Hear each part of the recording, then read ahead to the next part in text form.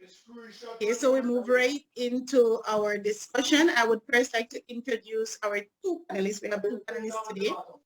We have Mr. James Cordice, affectionately known to us as Ebu James.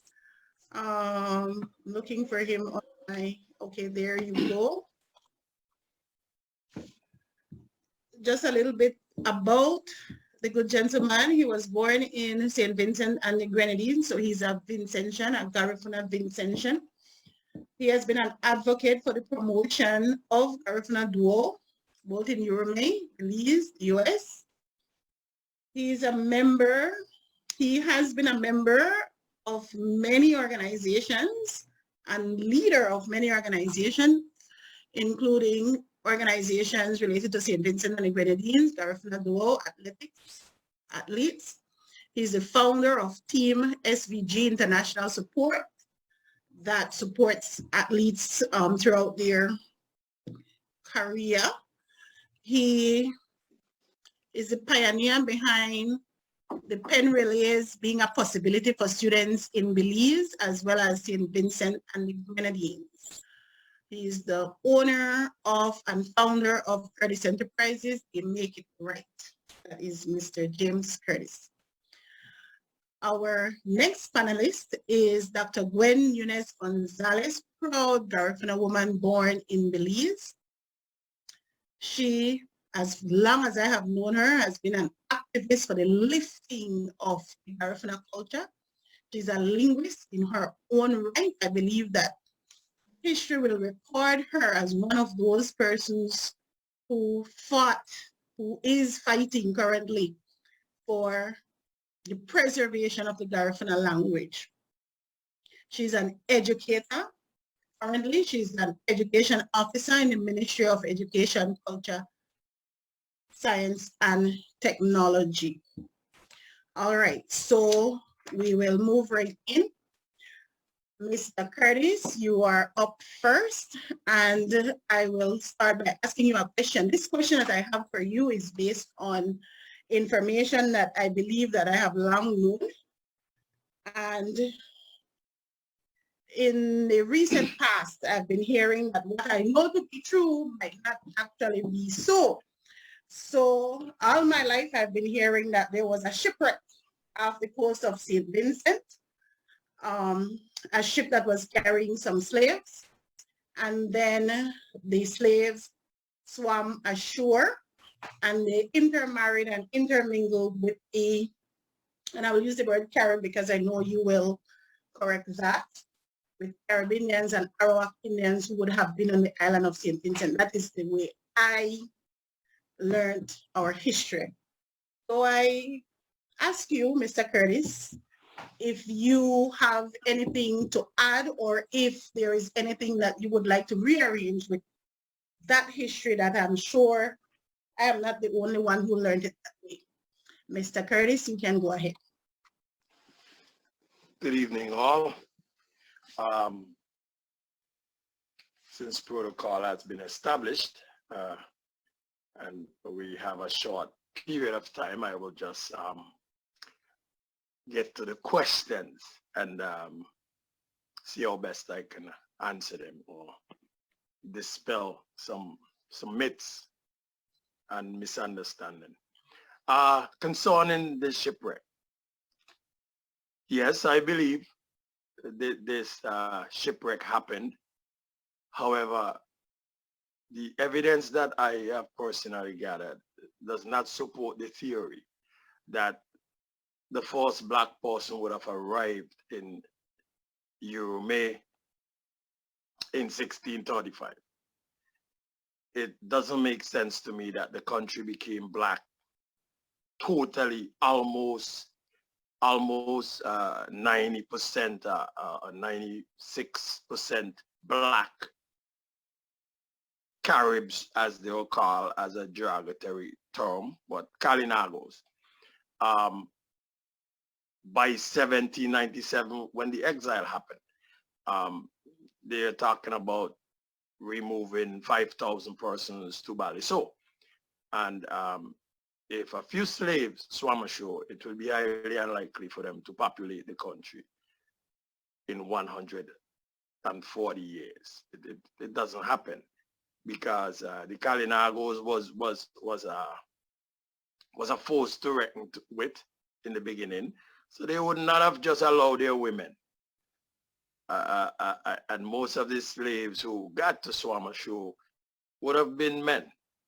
But a question that I would ask, just for argument's sake, well, I will state something. We know that when a ship is laden with slaves heading from Africa, they're shackled. There's some period of time during the journey where they will be unshackled. One of the most dangerous time for the purveyors of slaves was when they see land, because that's the time the slaves would want to escape. That period of time, as soon as they would see land, those slaves are taken below and they're double shackled. They're making sure that they're not going to lose their cargo then because of the possibility of them escaping before they get to whoever is buying them. So between Beckway and St. Vincent and the Grenadines in that channel,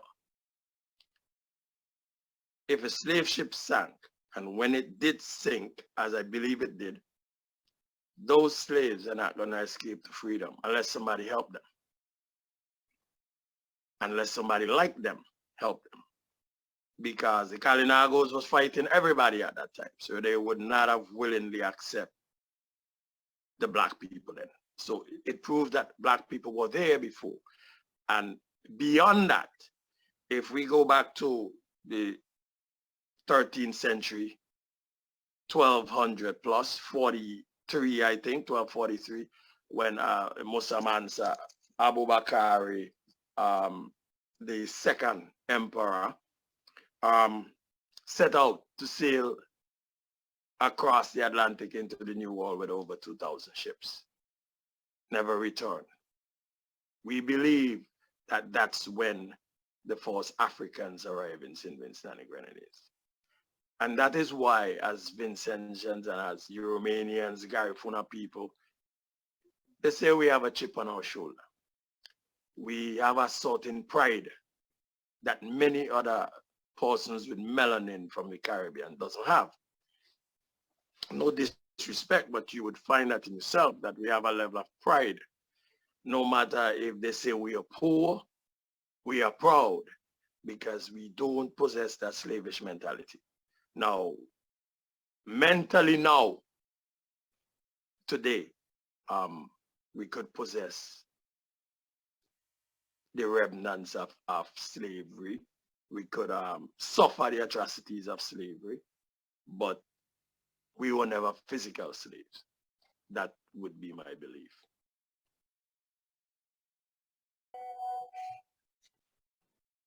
Okay, so there would have been melanated people on St. Vincent before, even if it is before Columbus got there. He met us there. I will boldly say that we saw him when he was coming, and that's why he never physically landed on St. Vincent and the Grenadines. He was not allowed to. He was denied. Because again, if there were slaves, slaves never had that will to fight. There's been no other country but Haiti. And Haiti is in question also, that the black people were there before slavery. They met them there. And that's why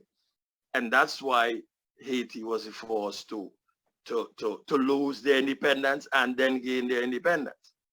In 1804, a mere 7 years after the exile of the Garinagu from St. Vincent, Haiti became independent. A mere 7 years after we lost our independence. We would have been, when we celebrate independence, political independence of St. Vincent and the Grenadines, or colonial independence on October 27th every year. And we remember 1979. We have to also remember 1797, because that's the year we lost our independence. Because now we have some interdependent because someone else has a crown over the country. But before, in 1797, it was King Joseph Châteaubriand. He was the supreme leader and ruler of our country. We were independent then. So we lost our independence and then they gave it back to us. And somehow we shout a lot about 1979, but we were free before our freedom was removed for that period of time. I don't know if I've answered your question, ma'am. Okay, I have some follow-up questions, but I will leave the persons on the Zoom to ask whatever questions they might have in the chat. So I have another question for you. So we had Garinagu on St. Vincent and we had some issues with the British. The Garinagu believing that it was our home and the British believing that they were entitled to it. Could you tell us a little bit about the Carib Wars, Joseph Châteaubriand, who was our fearless leader, and then the exile?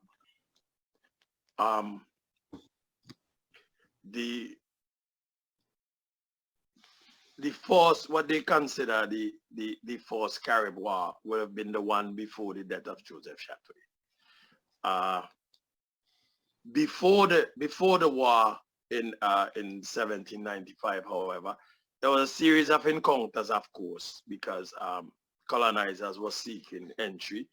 Before the British was actually the French who came with some religious exploit and decide to befriend the natives, which we had already have the hybrid between the Arawak and the Kalinagos and then the Mandingos from Mali, which was one of the greatest empire at that time. And we had seafaring men and navigators. The black people that came to St. Vincent Falls was drenched in brilliance. Abubakari, the second, was considered the richest man in the world at that time. And they're saying even to today's standard of riches, he still would be up there with the richest men in the world. His empire spread throughout Africa. And, it was so much about him that we need to continue to study and teach our children about. However, the Carib War, before the Carib Wars actually started with England, Britain, in the case that we want to make now, there was a series of conversation and a series of encroachment where the French was allowed to do certain things, the British was allowed to do certain things once. And we're talking about 300 years after Columbus, because even as we're looking back now, St. Vincent and the Grenadines would have been the last Caribbean country to be settled by the British. St. Vincent and the Grenadines remain the only Caribbean country that ever signed a treaty that Britain had to sign a treaty to even calm the things down. And I think it was more of an appeasement, but they did. And it shows the vigor of our people that they will have to put some pen to paper. They took every other country without any conditions. They just walked right in and did what they wanted to do. And although they were faced with some little fights here and there, they were victorious in the end. So when the first Carib War happened, there was casualties on both sides, and that's when they decided to deal with treaties, etc. They went to Martinique and they signed some papers there. The treaties was actually signed there outside of St. Vincent and the Grenadines, because there's a lot of seeding. There was a lot of seeding happening. There was transferring countries and parts of countries outside of the countries. Nobody knew what they were doing when they were parceling out these lands. But however, St. Vincent and the Grenadines came down to a point where Joseph Châteaubriand, who would have been the chief of chiefs, in St. Vincent and the Grenadines wasn't going to put up with any of it. And the war continued. Little wars that was not even mentioned in many cases. But again, we didn't write.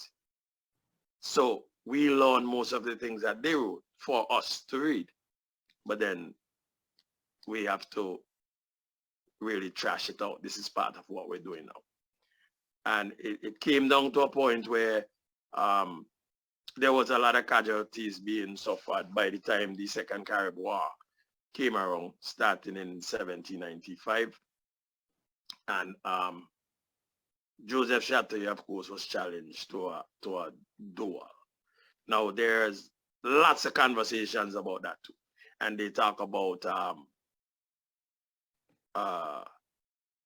Alexander Leith, Lieutenant Alexander Leith, killed Joseph Chateau. And again, Joseph Chateau killed Alexander Leith. So there's some misunderstanding there again, because in those times and right now, the research is showing that it wasn't possible for the two men to kill each other in the way that it was demonstrated. And there are writings that are claiming that Joseph Chateau was, Alexander Leith was murdered by Joseph Chateau. So a dead man cannot murder somebody. So if it proves that Alexander Leith died first, so when Joseph Chateau eventually died, it was from the poison that they placed on the tips of the sword, and it was because of even he was able to get touched in so many places because there was multiple persons fighting Joseph Chateau, not just Alexander Leith. So it was considered an ambush. It's just so many information surrounding that. For instance, in St. Vincent and the Grenadines, when you go to Fort Charlotte, you find the cannons that are placed there. And those cannons was placed there after the death of Joseph Chateau, after the exile, because the fort was completed after the exile. But we have cannons that are pointing inland. Why? In every other countries I've gone to, and I've made it my business to pay attention to the forts, there is no country that I've been to that there's cannon pointing inland. Because generally, the problems are coming from the coastlines. So clearly, the British knew that the fight was not even over. And they was always afraid that something else would happen. One of the cannon in particular is pointed to Dorchester Hill, where the duel took place. And if we look at Dorchester Hill today, it's predominantly white. We know that all the dark-skinned persons were removed from Dorchester Hill and they were replaced by lighter-skinned persons. And even when we were young, we used to call the people at Dorchester Hill Belizean. Many persons didn't think about it, where that came from, but that's because they were pale persons that was removed from Barbados and placed on Dorchester Hill in order to remove that stigma. That was one of the most interesting and sacred sites, because that's where our paramount chief met his death. And they were trying to remove and erase that whole part of our history. And so they replaced it with a total different caliber and kind of people. So coming now to the exile, and Dr. Kai, you are asking these questions, but these questions cannot really be answered in one segment. There is just so much information that I will be sitting here talking forever. So I'm just trying to paraphrase some things and just put some things out for food for thoughts. And I encourage persons to research what I'm saying and challenge me on it beyond today. I am ready. So when the battle finally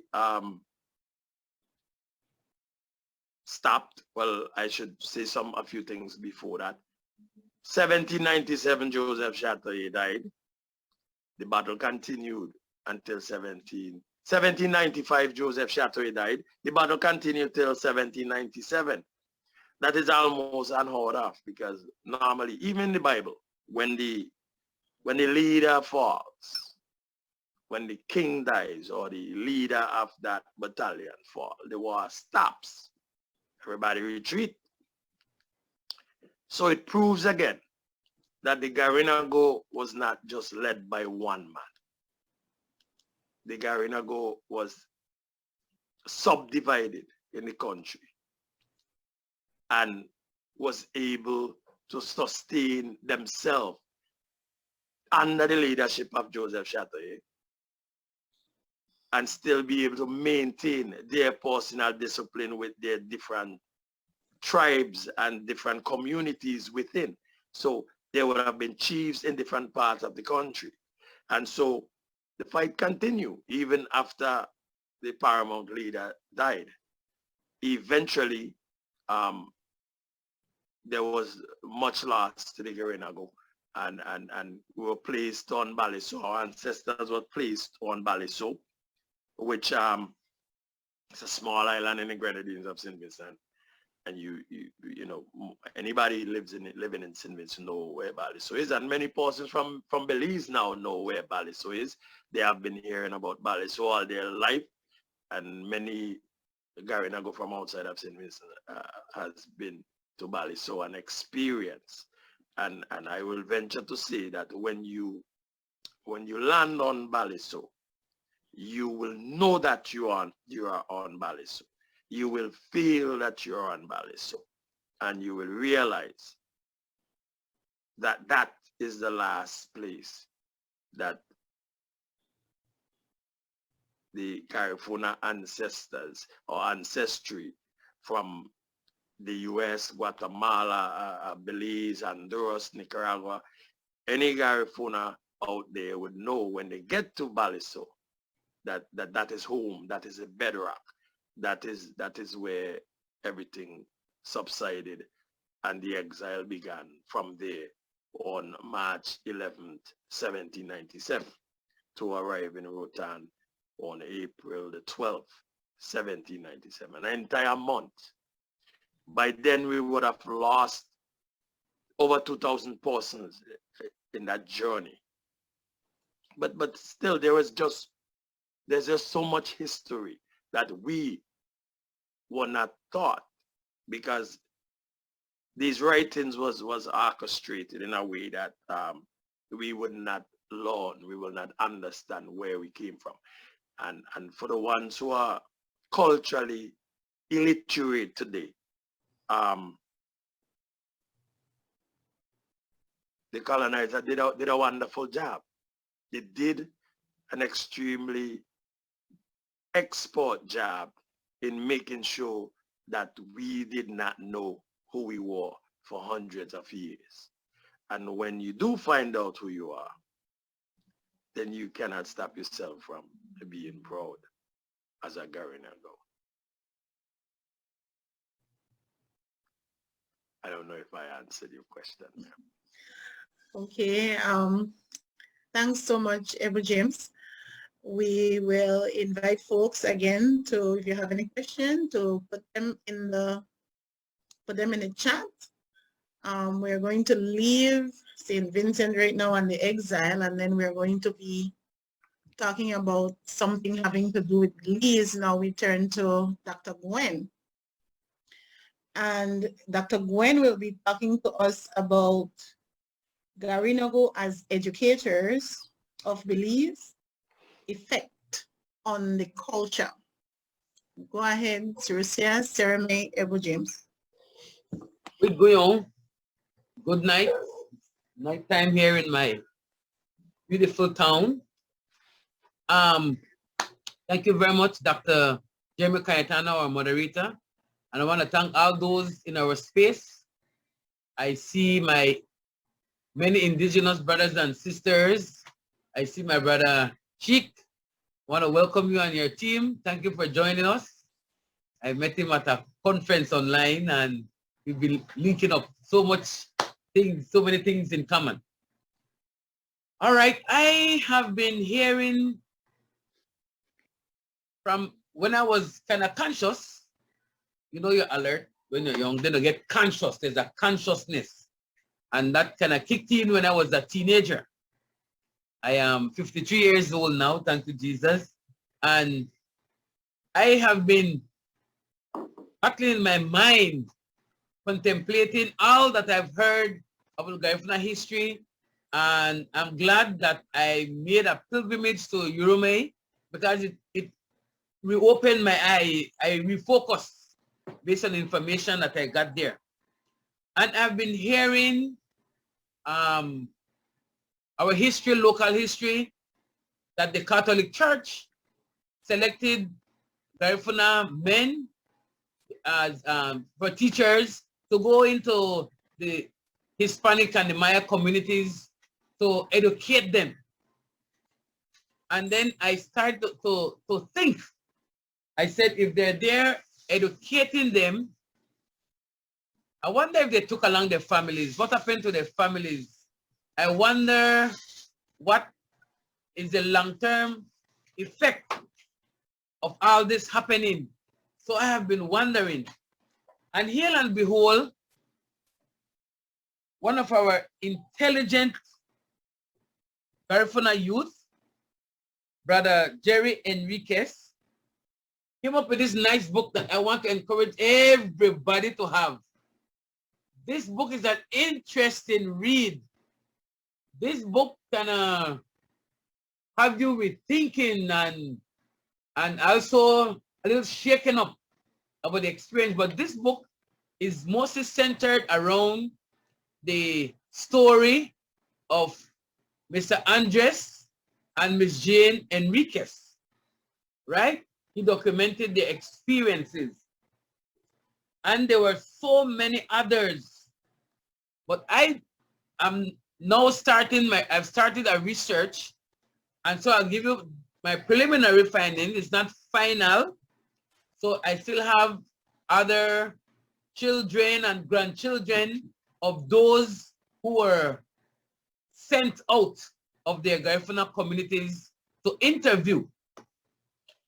But talking to those who I've interviewed, I was like, wow. It shows that one, as what Sister Lucia Ellis said, right? They found these men to be intelligent. They're very resourceful, right? So they send them out in these communities.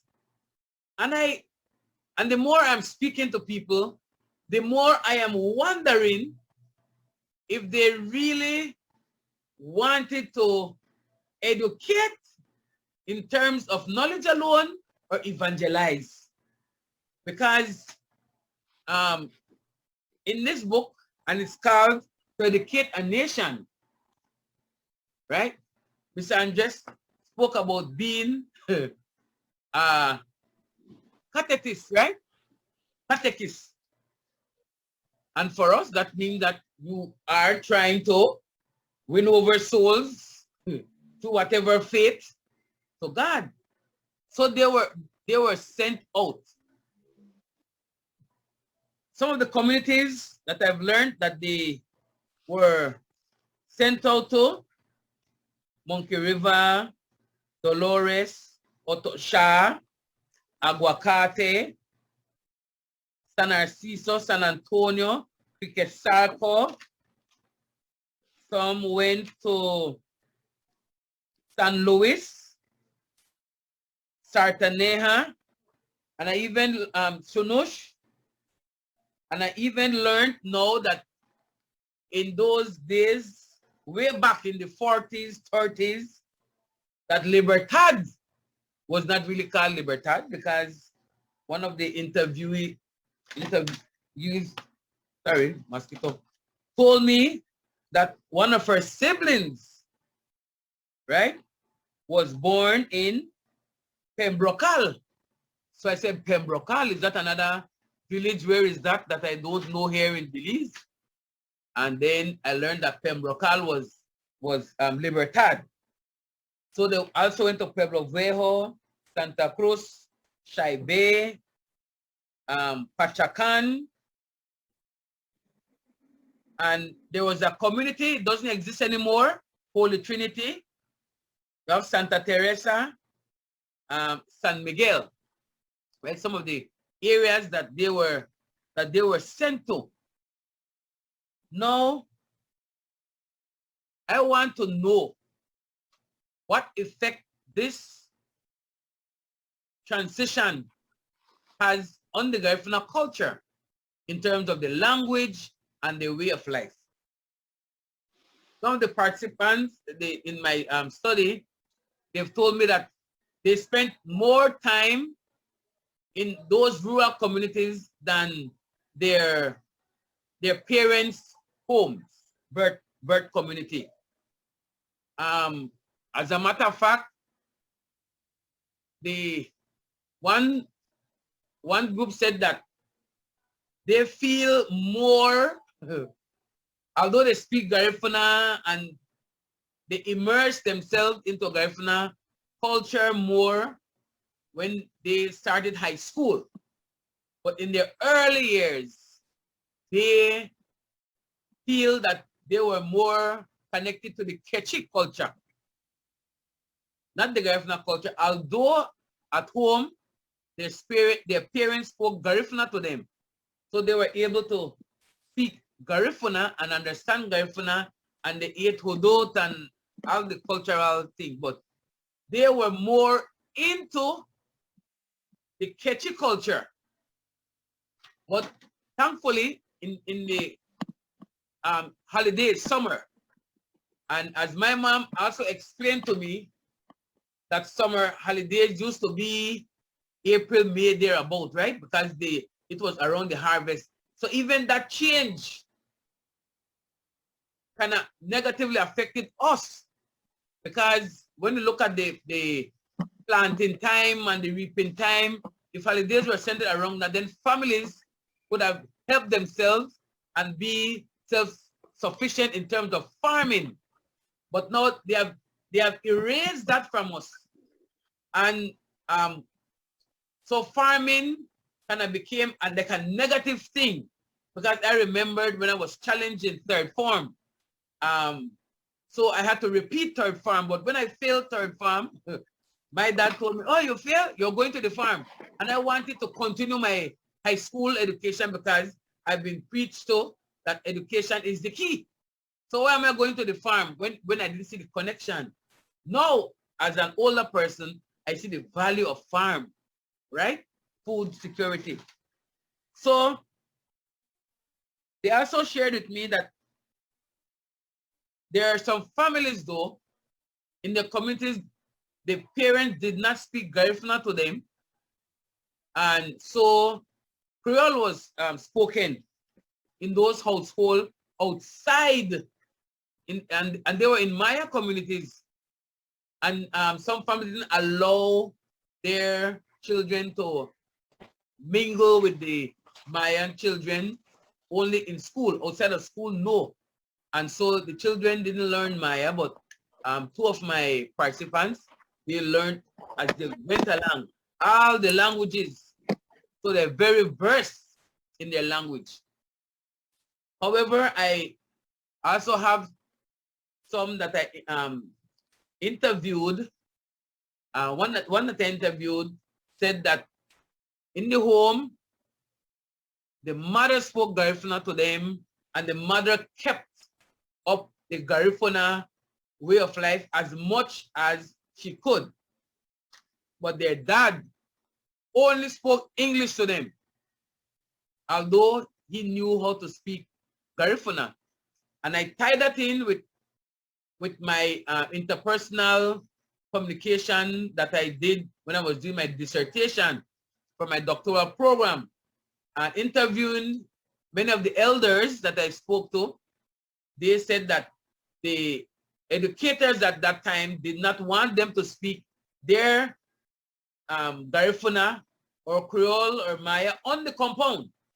You had to speak the Queen's English. And the educators at that time were even brazen enough to tell the parents to speak Garifuna and English to their children at home, right? So I thought about that. I said, because of being the educator, and they spoke perfect English, well spoken when it comes to English, but challenge in their language. Then you look at some of the challenges that these families have to endure. My granduncle, before he passed on, he spoke to me about their challenges on their journey, right? Apolonio Lopez, we call him Grandpa Puri. My grandmother, Marcela Lewis, also told me about the struggles, how they had to go on horseback rides and going through like muddy area, swamp river crossing, and sometimes never cross on Dory. And once they leave, it's that long trek. So you can't turn back. You have to just keep on going. And in Creole, we say, take your licking. So one of the benefits, though, of this transition, of this journeying from community to community, is that they have learned to grow up as in an inclusive environment. So parents, so the students, as they grow, there's no settling down, because some stay like 5 to 7 years in a community, some more than that, and then they move from community to community. Some only a year they stay there. So they were kind of like nomads, right? Teacher nomads, I'd call them. So they move within these communities. So they learn to appreciate other cultures as they went along. But some, as going and appreciating other cultures, they're not fully immersed into their culture. But thanks to holiday, because during holidays, they go back to their communities. Like, a pair that I spoke to, he said, okay, our grandmother make sure that we were farmers. We went to the farm with them, although then they learned the farming method of the Quechua people and how they plant, how they build houses. They joined that. They went fishing with them. Everything, they were immersed into the Quechua. Up to now, they are still attached in that way, right? But they learned about their Garifuna culture. So going back to their communities help them to go into oneness with their Garifuna culture in their community. But that is only occasional, so they come back. So I am seeing a pattern then that living with them at a young age indeed has an effect on them in terms of culture. Because then, although they still identify themselves as Garinagu, they can speak more of the life in those other communities and not in the life in their Garifuna communities, right? So I am not sure, and I cannot make any conclusion if that was purposeful on the part of the church leaders at that time, because they were also teachers and they had to make sure that they evangelize. right? And one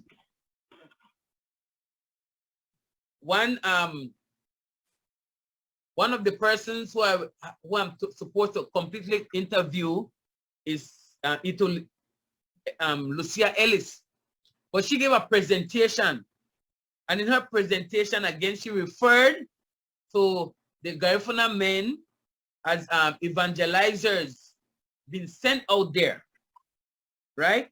In the process, those who didn't take along their families, other families start to build up, because then some people got bred out of almost every village. I'm just kidding. But other siblings were left along the way. And she said that this evangelization created family breakdown, the Garifuna family breakdown, because women were left alone and only saw their significant others or their husbands at a certain time, because the journey is so far. Those who didn't take along their families, they have to come back occasionally, right? And she believes it's the beginning of the destabilization of the Garifuna families, right? So, so I am so excited about this research, and I will present my entire findings when I'm finished. But in a nutshell, this is what I have found out. So in some cases where the parents ensured that the children spoke back to them in Garifuna, the language remains. But in terms of the mental thinking, right? Like I said, some see themselves in terms of their practice mentally as that what they grew up in, and that's only natural. But along the way, they learned other things. For example, one that I interviewed said they were a lot in Hispanic communities. So she knows how to excavate, chimole, all of that, in addition to our Garifuna cuisine, right? And they learned Spanish as they went along, but there wasn't any stability per se in a community. But one good thing about those two main families is that they went along. So they're although some of their siblings were born in different communities, not Garifuna communities, right? But you have some of the siblings been born in Pachacan, some in Tunush, right? Like I said, one in Pembrocal, and then they had others who were born in Monkey River, and another sibling was born in San Antonio. So although their parents are from these Garifuna communities, if you follow where you're born, then you're not from there. So you are there based on your parental connection, right? Not really from birth. And so you see that it has affected us in terms of the Garifuna communities in a different way. But some got back really in touch with the Garifuna roots because, for example, a couple that I spoke to, they said their parents returned to Barranco, right? Father went back home. So that kind of assisted. So this has been a very interesting conversation that I've had so far. And then the cultural disconnect. I'll have to see how disconnected the population is. Because like I said, I am going to interview more people, and then I will make that presentation. So far, that's it. So far we can see that yes, we are educators. We brag that our people went out there to educate. But how has it affected our culture, right? And there's nothing wrong, and I'm not undermining those educators. I don't want anybody to think that. Not at all. Because we have seen the effect in the other communities. Because you'll hear, like I've heard some of the Maya people, they would say, our Mayan brothers and sisters, oh, my grandpa, let's talk about this teacher. Teacher Lopez or Teacher Enriquez, you know, they will call out some names. Sometimes I don't know who they're talking about, but you know, that's the you know that they impacted. Because I have worked in a community outside of my community as a teacher. You become godmother, counselor, you become godfather for the males, you know. So people depend on you, but they're very appreciative. And so that's a blessing in all this. And like I said, two things that came out, they learned the traditions of the other cultures as they went along. And also they were able to share a part of their culture too, right? So as they went along. But it wasn't like when you are rooted in your environment. But again, I want to encourage you, get this book to educate a nation, right? If you're here in Dangre, you can get it by Mr. Oscar Bookstore in Belmopan, Bakers, right? And I think I saw when it was published at the time that you can get it at Angelos Press as well. And of course, you can contact Brother Jerry Enriquez. So this is a very interesting read to educate a nation. Autobiography of Andres P. and Jane V. Enriquez. And I thank you.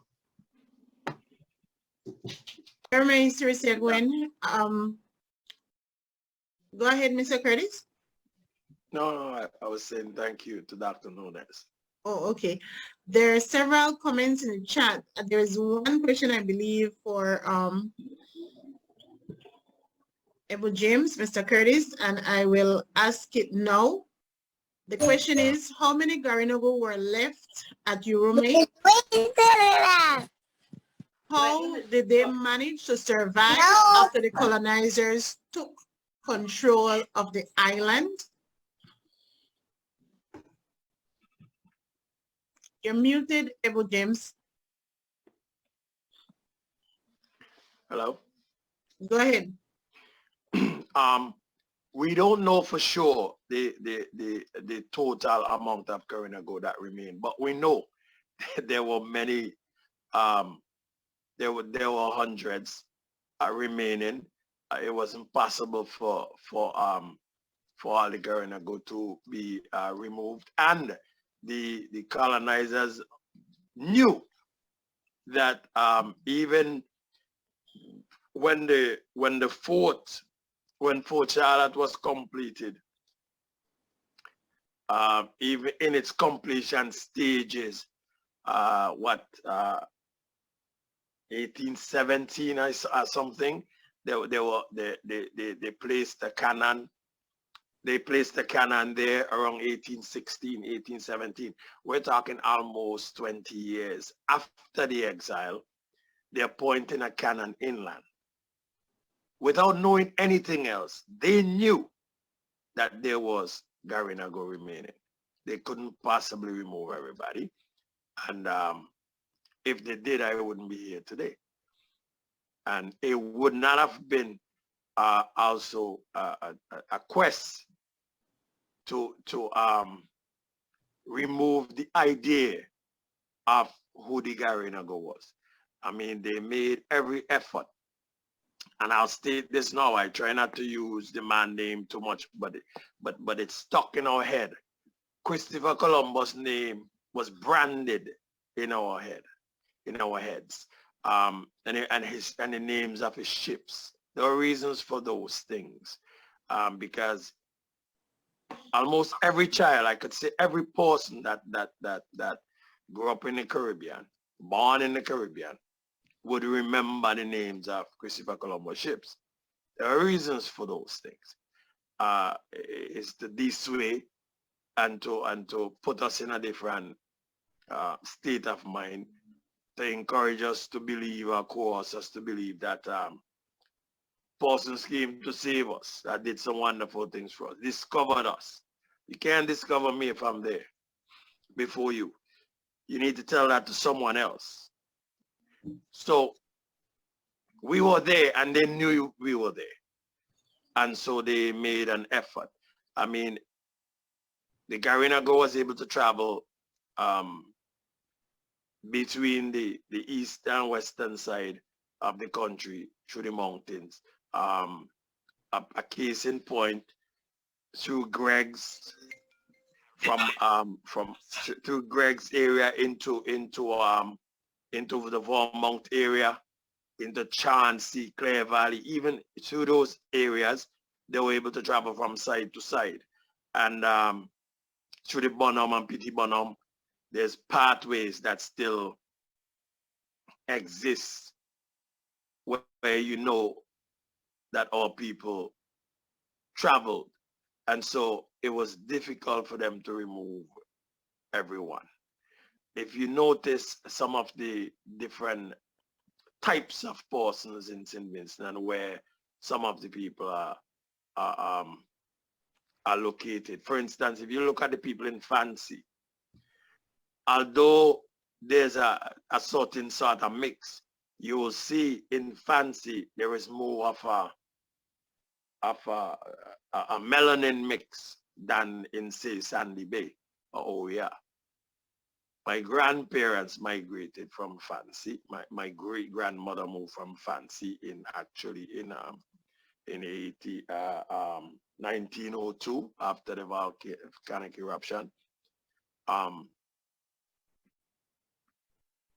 But there were many. There remain many Garinagu in St. Vincent and the Grenadines. They couldn't possibly, even after they load the ships and the ships was overladen, it was said that they removed, I think it's 100 or 140 persons from each vessel. And they picked the lighter persons because the melanin is what scared them.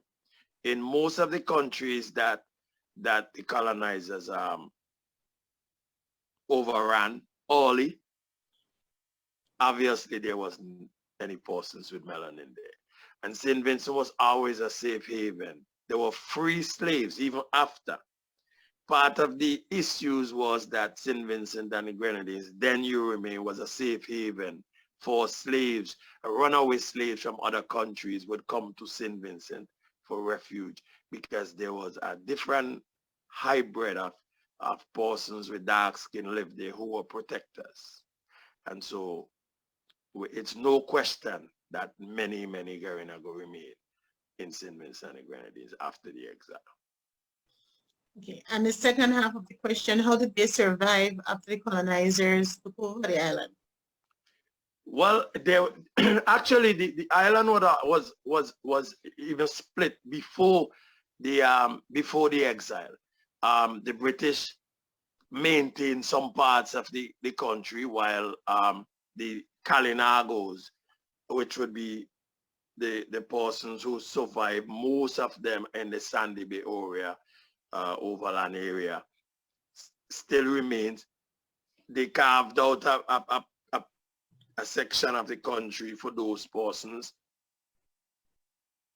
And there were other parts of the countries that Garinagu still remain, and they survived just how they were surviving for hundreds of years. They had to hide in different parts, and one of the things that concealed them, they had to pretend that they were not Garinagu. They wasn't allowed to speak the language, and thus the plight we have now, where you have a language, the only language in the Caribbean that was bred in the Caribbean. Every other language except the dialects, every other language was brought to us in the Caribbean: the French, the Dutch, the Spanish, the English. The Garifuna language was created in St. Vincent and the Grenadines. And still today it's spoken and written, and we didn't speak it in St. Vincent and the Grenadines. As a matter of fact, in 2011, a group of us held several workshops in St. Vincent and the Grenadines, hosted about 97 children at Thomas Sanders Secondary School to start that process. Now, many persons had gone from Central American countries and the US to kind of try to inhibit the thing and bring back the culture somehow. But we decided to start with the children. 2009, we've gone with the Garifuna Coalition USA, and we did basically a survey. About 22 of us went to St. Vincent and Grenadines. Dr. Cadrin Gill and I was the only born Yurumeinian there on that expedition, and we actually unearthed a lot of information because we spoke to the oldest persons in every village that we could go to find out what they know. And so we garnered a lot of information, even confirming the fact that it was organized. It was an organized effort to kill the culture and kill the language in Europe. And again, outside of this question, Dr. Nunez spoke about the Garifuna men being placed all over Belize, and we could look at it as with the religious quest, but also it was still drenched in colonialism and an intent to break the families down, to stop the cultivation of persons, togetherness. Remember, they exiled the Garinagu for working together against them. So now they will do the same thing. We went from Rotan to mainland Central America, and that was another issue with Aleo Benny, because they placed us in the front line. We were already warriors, so they placed us in the front line in the Spanish War. And so our people start dying. We went to mainland Central America, and then they found other ways to punish us and to disconnect us. So when they placed the men all over the country, supposedly to educate, it created the diseducation and created this trend of families left without a head.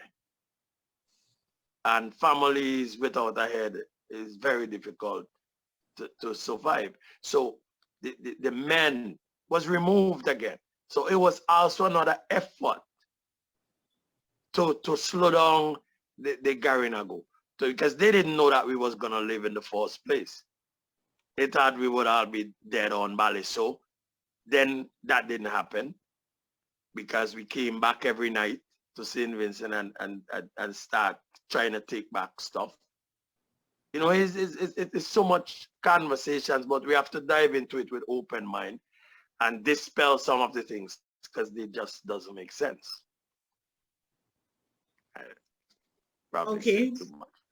Thanks so much, Ebu James. There are some things in the chat that I wanted to address. I'm not sure if you'll be able to address all of them. It says,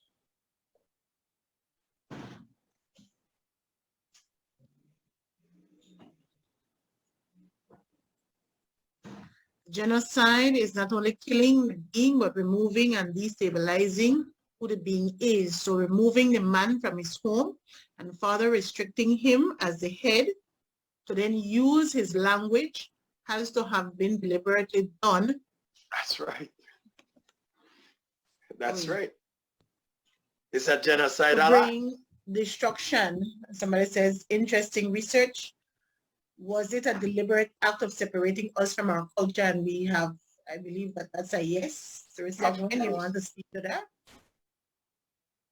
Was it deliberate? Well, definitely was. Like I said, growing up, I thought it was an exciting thing. I still applaud, like I said, my study is not to undermine what our grandparents did, our Garifuna men. It showed they did what they had to. Yes. It showed our intelligence, because some of them didn't agree right away, right? They were convinced. But the older I get and the more I'm hearing about different moves that the suppressors use, and some came smiling. When I hear about the Columbus story, Columbus, you know, he deprived them of all their goodness and then killed them out with disease and all kind of thing.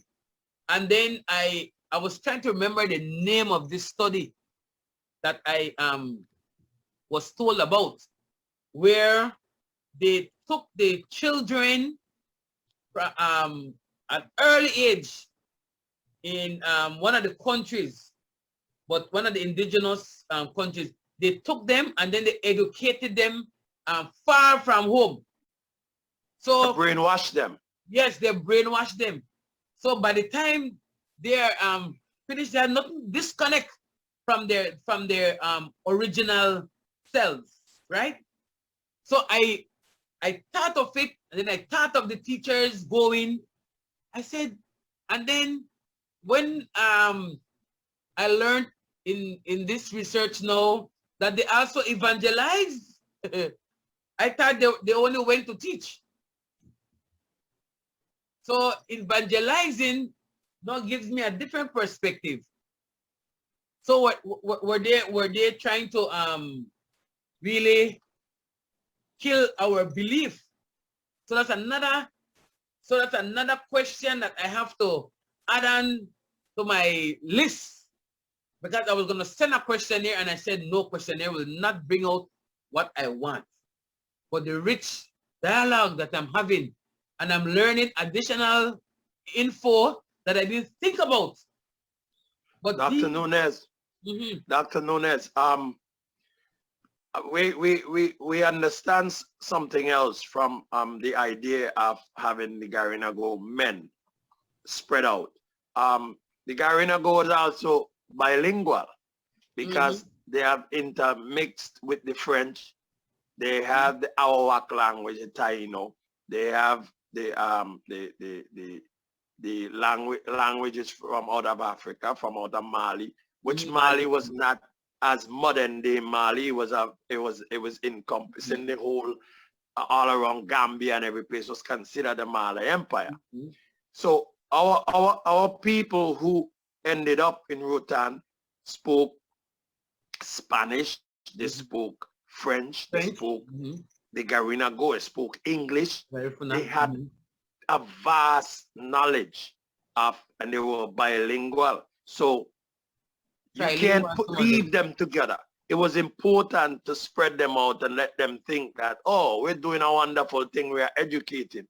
But while we are busy educating on the outside, our culture is being taken away, is being shut down. There was no place that the men was interacting with their own families. So it was a disarray. And it transcends even to now. Yes, I was listening and said it's a cultural rape. Yes, right? Yes. Cultural and rape. It's the beginning of cultural illiteracy in our people. Correct. Because if we remove the breadwinner, if we remove the protector from the home, if we remove the teacher from the home to teach someplace else.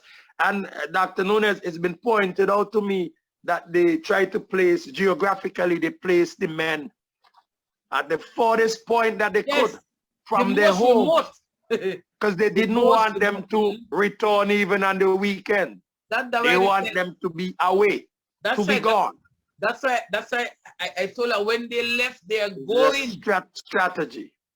Yeah, so maybe it was a strategic move on the point of the priests, and because then too, when I think back, it is only of recent, a couple of years now, that we were allowed to take our drums and our sisira into our Catholic church.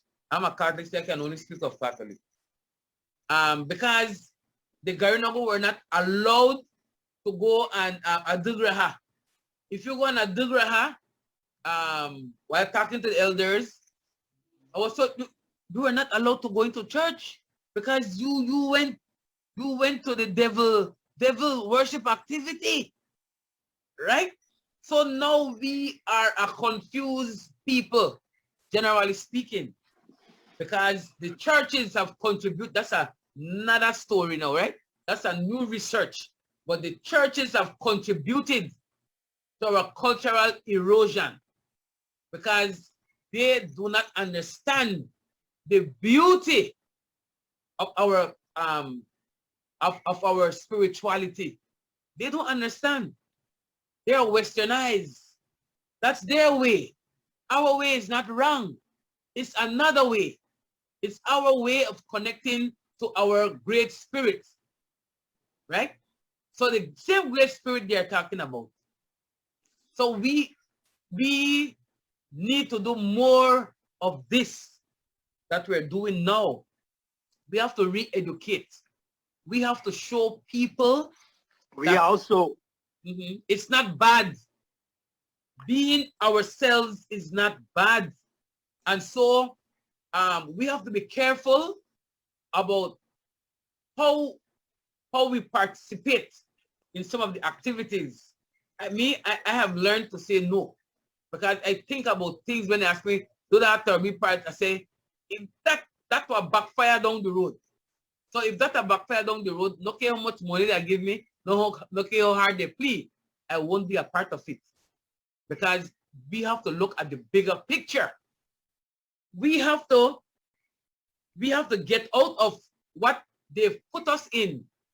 They've put us in a celebratory mindset, right? And when you're in a celebratory mindset, then there isn't proper rational thinking. Worse when alcohol, not the Holy Spirit, the liquid spirit, when the liquid spirit gets involved, you lose your senses. So I can't see why people say, oh, they had a good time. They were drunk, they had to take them home. So they have left us in this celebratory mindset so that we cannot refocus on where we are to be. We are to be in a space where we are comfortable with self. We have to re-educate ourselves to rethink our situation. For example, straying away a little, I look at November 19th. My grandaunt, Auntie Christina, she told me that when Thomas Vincent Ramos started 19th, there were only a few of them. Some people stood on the sideline and they laughed at them. The few were parading. Some stand up and they spit. All of that she told me, God bless the dead. Because she and I used to sit down and chat. And she said there were only a few of us committed to see the bigger picture, right? So you have great men like Pantaleon Hernandez, who worked along with TV Ramos. We have Domingo Valerio, right? You had Caterina Bemuche. And then you have Grandma Musha, Alexandrina. They were some of the few who got on board. No, they were not looking at a bashment 19th. They were looking at a progressive 19th. 19th so that we can progress so that we can have a day that we are recognized, but we have lost it because of all of this influence from the conquerors. So we don't have any economic empowerment, so we don't have any say. Our ancestors, our people, they stood their ground because they had the economic empowerment that we do not have. And we don't have it because we are educated in a system to serve, service to others, right? So how do we wheel and come again? Because they took our learned men, our sharp men. Because when you hear people speak of those men who educated, sharp Garifuna men, right? Yes. They were top of their games, and they were supported by great women. So that's the next story that I want to talk about as well, right? As in my research, I'll put a separate thing about the women, because these mothers, they generally stay. They were protectors. They were providers. And they in the end, the fathers brought in the funds and helped with the discipline generally, but the mothers, they stood their ground. Whether they went with the husband, because they would be the husband would be at school and help in the community, and they would work along with their husbands, and outside, those who didn't go with the husbands, they had to stay behind. They had to make sure that the family was intact. So our role as women must be considered, must be researched. Because in my research, I found out that language sustainability, language maintenance is through the mother. The mothers, generally the women, because they are the ones nurturing the children. They're the one with them the most. So that's why then after reading all of that, find out all that data, then I said, oh, that's why it's called mother tongue. Alice hear mother tongue. I said, but I was puzzled about mother tongue. I said, but the fathers speak the same language. So why is it mother tongue, right? Why do they call it mother tongue? Now, in my research, I found out now that it's because the women, they are the ones who pass on the languages, right? Because they are the nurturers. So I believe that we can reverse it, but it has to begin with our mindset. We have to rethink where we are and stop just settle. I listen my young people that stop settle. When you settle, the problem. Because once you settle, look at your terrible situation. You stuck there because you've settled. No, you have to. Maybe you're in a situation, you settle there for a little while. No, you break there for a little while, then you stop. And then you go ahead, out of it. Right? So I think that's where we have to be. Okay. There are several other questions and comments in the chat. We are over 30 minutes over. It was supposed to be an hour's panel discussion, but I will ask our two panelists to just search through the chat to see if there's anything that they would like to respond to or have some final words for us. I will start with Ebu James and then Dr. Gwen, and then we will be finished. Actually, we will never be finished. This is the beginning of a conversation that we hope we will continue to have. Ebu James, you had anything else that you wanted to share? Anything from the chat or personally you wanted to share? And then Dr. Gwen. Somehow I can't see the questions on the chat right now. But and I know we have we're pressed for time. But what I would like, and you just said it, we will never be finished. That this journey continues. I think there is a certain consciousness that our people have been missing out on, both in outside of St. Vincent and Grenadines and in St. Vincent and Grenadines. When our people are armed with information of who we really are, where we came from, and there are many different types of persons in St. Vincent, indentured persons that came after a certain time.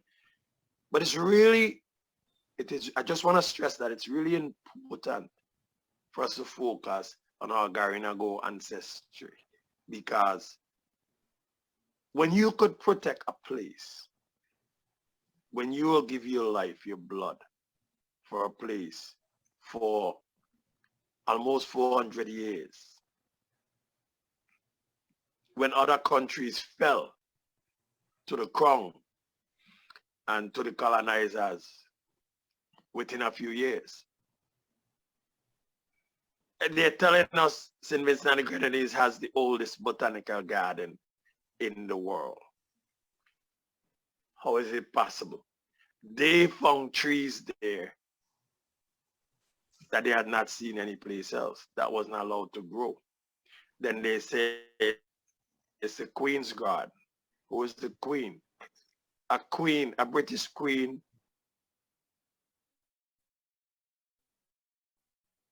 was not even on the throne at the time when the botanic garden would have been started. It would have been way before. But even because they're stating it, then we should take note that if we, a little tiny place, are having the oldest things, you know that our things were sacred and they wasn't touched and they were preserved by blood and sweat. And so we must be respectful to that. And we must love our country a little more. And we must flush out the foolishness in our country that is happening today, because people died so our country could survive to now, and that we could have freedom and a state of mind. So we cannot allow this freedom to be the railroad now and just accept any foolishness, because we were not built that way. The Garinagu did not allow any foolishness to happen. They stood their grounds, and I think we need to stand our grounds today as well. In Yurumein, in Belize, wherever. In these United States, the oldest, the first playwright in the United States is a Garifuna man, William Henry Brown. How did that happen if we weren't brilliant people? The first black captain in the U.S. military, merchant marine captain, Hugh Malzak, a Vincentian. I don't know if he has Garinagu blood, he's a Vincentian. We have vigor. I could go on all night, but we don't have time. We cannot allow these sick things that continue to happen to us as a people. We have to stand up. We have to stand up, because people died so we could stand and live now.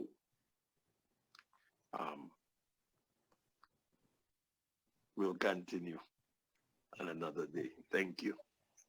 Thank you too. Thank you so much, Mr. Cordice, Ebu James, Yurumein. Teresa Gwen? Well, I didn't even realize we passed our hour, but rich discussion, and we can stay here for 2, 3, 4 hours.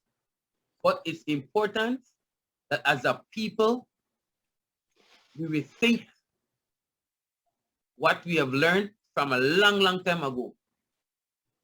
The internet, Mr. Google, or Miss Google, is a very good space. But you have to decipher, you have to decipher what is the truth and not so true. Today is the first of our series, and it's important that we have an open mind and tell our story. We brought we decided Ebu James would start because he's from St. Vincent and he knows what's up. So when I went to St. Vincent, the Prime Minister addressed us and told us about our history and opened our eyes that the information about this sword fight with Chatouye and they kill the man. Then also nothing like that going on with one-to-one sword fight. They ambush the man. And Ebu James has been able to open our eyes. In terms of the education, I want to applaud our great grandfathers and our great for some of you who educated this nation, right? In the process, we were able to reconnect with our roots, with our indigenous brothers and sisters as well, and learn additional things. But also sacrifice our villages, our homes, deprive our children and grandchildren of the opportunities for that connection. Like I said, some were born here, some born here, some born here, some born here. But the beauty of it, they were along. Some of the families, they were together. They moved along. And so the women stood their ground. And again, I want to encourage you, and you didn't even know that I was going to do what I'm doing, but everybody needs to get a copy of this book, man, to educate a nation. It will open your eyes from the experience of one couple. You learn other things too, not only about them, but on their journey. On page 22, other outstanding Garifuna teachers. Like I said, this book is about Andres P. and Jane V. Enriquez. One thing that stood out, experiences such as these portrayed only a glimpse of the personal and family sacrifices that several Garifuna men and their families have made in their service as pioneering partners in taking education to the remotest, remotest. In Garifuna, we say, "Aba hidi mafia got to get go. Ya guru, ya guta." Areas all over Belize. So I want to pay homage to our outstanding men. They were Cirilio Gutierrez, Secundino Ogales, Eugene Cayetano, John Zuniga, Charles Martinez Sr. You have Francis Cayetano, Simeon Marcos Sampson Sr., Santiago Labriel, and he served in Punta Gorda from 1913 to 1937. You have John Paulino, Aparicio Marin, Sam B. Daniels, and Maka Grandpa, Francis Martinez, Peter Avila, Joe Ogales, Candido Arzu, Theodore Palacio, Cirilo Arana, Godsman Ellis, Octavio Castillo, Lionel Peter James Lopez, and these are only few of the many who left, right? And I also mentioned Apollonio Lopez. He's from Shane Bites. That's my granduncle. And his wife was from Dangriga.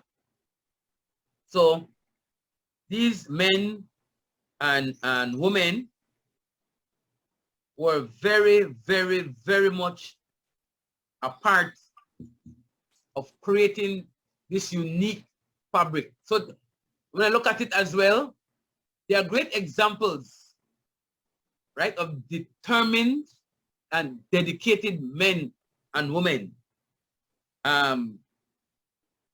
Eugene Cayetano, he had his We had also had Cipriano Arana, right? So we must be grateful to them. We must embrace their legacy, but we must also understand that their departure from our communities also helped in its deterioration. So we must do our part. Don't stand on the side. Stop standing on the side and criticize. Do something in your area, right? Do something in your area. Make sure that you try as much to learn our beautiful Garifuna language and the history as it is. Through the songs, there's so much to tell, so much stories are told in the music. But if you don't understand it, then that part of our history is being lost. So don't only allow them to look at us as merriment people. We have to get out of that. I look at the November 19th parade here in Dangra. It's beautiful. But I see the alcohol and people come to me and they complain, right? The alcohol, even on the street side, it's like a drunk for all. No, that is a way of raping us of our culture. So let's get together. Let us try to sponsor our drummers to teach others to drum, to beat that drum, teach others to learn our language. We have Golisi Community School, and I am helping as well at Holy Family RC, trying to get the intercultural bilingual program off the ground and focus on the Garifuna culture while we learn to live among the other cultures. We need that. We cannot lose ourselves. Por favor, please, Singa, I'm begging you. Ora lu lefege shu wagu. Wage lube warihi kabala wadaru lefege shu wagu. Many of us are educators, many of us in the education field. Education starts from the home. The organizations cannot be at the forefront. The organizations will be support. Because the first voice that child hears is the voice in the household. So the household can decide to educate about our culture and speak the language to them, or they can decide not to. But we're having this generation shift. Because if I cannot speak it, if I only understand, I cannot speak it to my child. If my child doesn't understand nor speak, he cannot speak it to his child. If that child doesn't, then he cannot speak it to her child. And so you see the gap. But we can do this.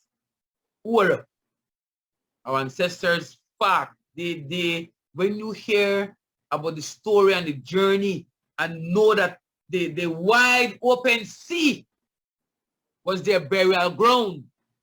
So there's no tombstone to say, I am going here and cry over them or tell them hi. No, no, no. That ocean was the burial ground. When you think about that, all that sacrifice, we cannot, we must not allow the conquerors who brainwash us. They have been doing that, but now that we learn their system, let's use their system of education to wheel and come again and get ourselves grounded. So that's my plea tonight. Right? Thank you so much. Don't go and educate and lose yourself in the process. No, no, no. That cannot work. Thank you so much, Dr. Nunez. Rearranging, Gwen, thank you so much. Rearranging, Ebu James, thank you so much. And we're grateful to everybody who came on the call. We have just started the conversation. We will continue. We will let you know when we will be doing this again, having another panel discussion on information that we want to rearrange just for deeper understanding. Spell. Right. All right. Thanks, everybody. Dr. Fine, before we disperse, I want to also inform everybody in this space that we are also doing a project to help our brothers and sisters in Yurumein Okay. after the volcano. We've done our first run, but we will postpone the other run, too much COVID and issues, until March 2022. But we have t-shirts for sale, $20. So we're begging you guys to please buy the rest of our t-shirts. And that's our fundraising right there. Right as a gift, Christmas is coming. It will look pretty in a nice bag, a little thing you tie it, or put it in that Christmas hamper, you know, beautiful. It will look beautiful. And then nice soft material, not a stretchy material t-shirt. No, nice and soft on the skin.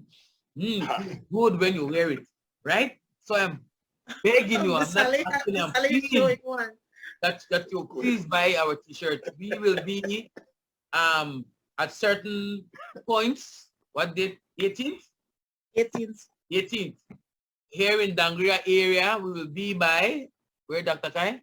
6 miles coming in on the 18th. 6 miles. Oh, by Shaibel. Yes. So we'll be by Shaibel, and then Belize City. We'll be by the Belize booth. I mean the police booth. Police booth, yes. Right? Is that the police booth by the 3 miles. 3 miles, the sea people? Heading to Belmopan. 3 miles outside of Belize City, heading to Belmopan. All right, that's the one by Coast Guard. Coast Guard, that's what I'm looking for. Over 50 had a senior moment. Coast Guard. So please stop and buy our t-shirts. And if you want to give us a contribution, we're open for this contribution. So there are many organizations trying to empower Garinagu. Like, for example, I'm a part of Wachari Wagia Foundation, and then we have the Wachari group there, and man, economic empowerment for the Garifuna people. So we have to embrace it. We can't just wag with tail, that no work, right? So let's embrace those who want to make a change, and we can be a part of that change. So let's be a part of the change. Anything else about our project there, Dr. Kai? I think that's it. We are having our language classes next year, starting in January. Look out for those. We will continue. We started this year. We'll continue to teach the Garifuna language. We, as Dr. Gwen said so eloquently, we can't afford to lose it. So it is each of our responsibility. The responsibility lies on us to learn it and teach it. So the Yurumein Project will be will be continuing that journey of teaching the language January 2022. And as soon as COVID allow, we will be continuing the idea of having the workshops in St. Vincent and the Grenadines. That's right. As soon as COVID allows. Right. And just Chambers is asking if they can purchase the t-shirt on the web. We'll soon make that possible. Yes. We'll work on it. Dr. Nunez, Dr. Kai, I think we're terribly over time.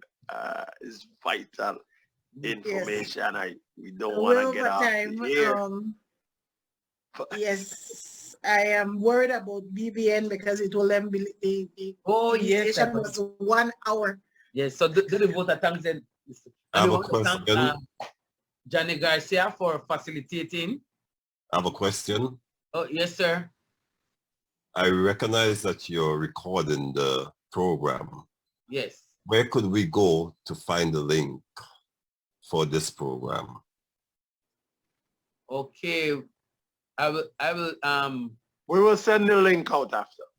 Yes, we will send it out, and if you send me an email, RUNDIN12 @gmail.com, tell me who you are and that you are requesting it, then I can forward the link to you as well.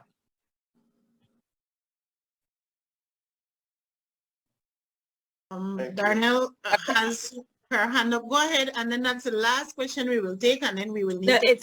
it's not a question. I was volunteering the NGC Belize City Branch's Facebook page to post the recording.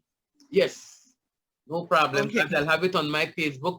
It will also be on the Yurumein Project Project. Facebook page, ecumenical Facebook page as well. NGC Jeremy Darnell, Belize City Branch. I need to. I just got a message from BBN saying that they support the Garifuna culture all the way. Yay, they're not cut way off. Thank you, Mr. Vasquez. Jeremy. Dr. Gwen, you are doing the vote of thanks. You could go ahead, and then we will be off. Yes, so we want to thank our partners. Where's my phone? Our partners, BBN, we want to say thank you very much. So to BBN, Sereme, we were live on the television and Facebook. We had little issues, and we want to say thanks very much as well to Sanctuary Ecumenical College, the National Garifuna Council. We want to thank all of you who stayed with us. Very rich interaction, and that is what we want. And I know that there are people from United States, from Yurumein, from Belize, from all over here with us. We are very grateful. This is, like I said, this is only the beginning. We want to again thank Brother Johnny Garcia for helping us to facilitate this session, and all those who have contributed to our cause. And I want to thank you in advance for buying our t-shirts and for supporting our fundraising effort so we can help our brothers and sisters in Yurumein. So Sereme, and I cannot end without saying a big thank you to our great and awesome, great spirit, our God, for allowing this space, and our ancestors, for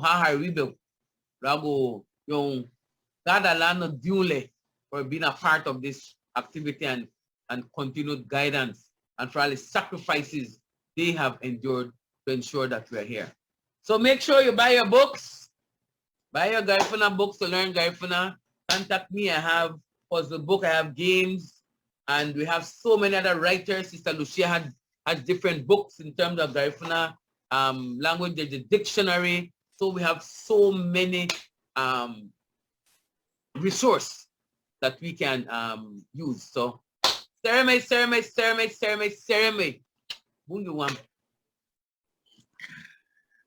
All right, Sereme Gwen, Sereme Ebu James, Sereme everybody, and we look forward to seeing you again when we have another panel discussion. Thanks everybody, and good night. God bless. Ayo.